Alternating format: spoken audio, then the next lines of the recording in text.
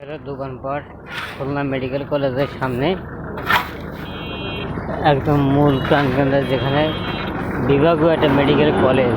Khulna medical কলেজের সামনের অবস্থা দেখুন। প্রত্যেকটা ফার্মেসি, অসুস্থ যারা পেশেন্ট আছেন, যারা ওষুধপত্র লাগবে, মেডিকেল ভর্তি আছে, অ্যাডমিট আছে, বা যারা নিয়মিত ডায়াবেটিস প্রেশারের ওষুধ লাগে, তারা কোন জায়গাতে নেবে, কীভাবে নেবে ওষুধ, কোনো উপায় মতো নেই। ফার্মেসি সহ বন্ধ। তার দেখতে পাচ্ছেন সেই খুলনা মেডিকেল কলেজের ফার্মেসি সব বন্ধ। ডায়াগনস্টিক সেন্টার থেকে শুরু করে সব কিছু বন্ধ। আর এই হচ্ছে খুলনা মেডিকেল কলেজ।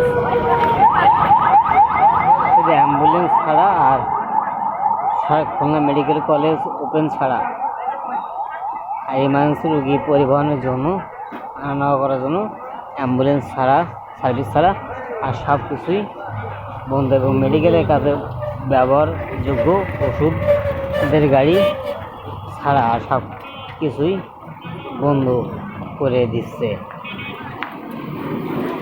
বন্ধ রাখছে। তাহলে আমাদেরকে আর কত দিকে কষ্ট দিবে? আমরা অসহায় নিরীহ মানুষের দিকে আর কত দিকে কষ্ট দিবে? কীভাবে কষ্ট দিবে বলেন? এই যে সে খুলনা মেডিকেল কলেজের মেইন গেট, দেখেন কী অবস্থা। অসহায় রোগীরা ঘুরে বেড়াচ্ছে ওষুধের জন্য। ফার্মেসি, এই যে ব্লু স্কোয়ার, এটা পুরোটাই হচ্ছে ফার্মেসি, টোটাল বন্ধু।